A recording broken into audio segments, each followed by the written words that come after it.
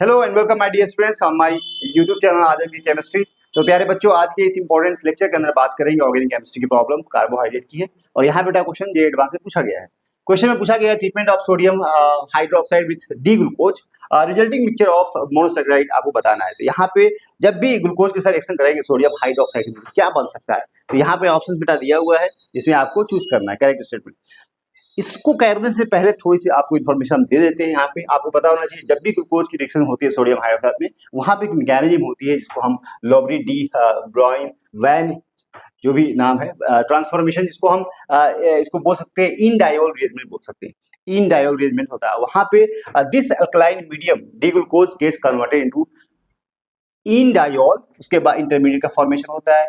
उसके बाद this intermediate can be rearranged to give D mannose epimer होता है ग्लूकोज एट कार्बन 2। ग्लूकोज और मैनोज की बात करें तो ग्लूकोज और मैनोज में जो है सिर्फ कार्बन नंबर 2 पे कॉन्फ़िगरेशन में डिफरेंस होता है।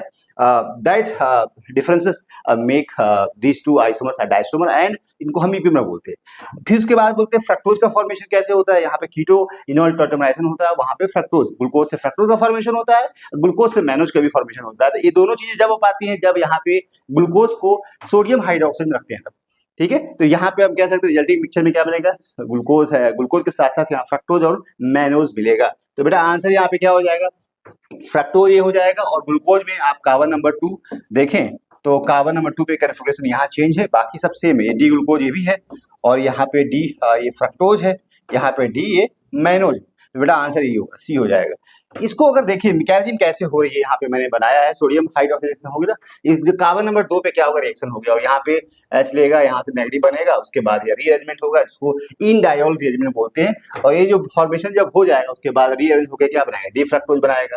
अब डी फ्रक्टोज बन जाएगा तो यहाँ पे देखिए जब फ्रक्टोज बन जाएगा सोडियम हाइड्रोक्साइड रिएक्शन कराएंगे फिर से, तो यहाँ पे आपको मैनोज बन जाएगा। तो यहाँ पे कह सकते हो डी ग्लूकोज अगर ले रहे हैं तो यहाँ पे फ्रक्टोज बनेगा, फ्रक्टोज बनने के बाद यहाँ पे मैनोज भी बनेगा। तो ये सारी चीजें होंगी कब, जब आप सोडियम हाइड्रोक्साइड को एक्वस सॉल्यूशन में ग्लूकोज को रखेंगे तब। Okay, thank you.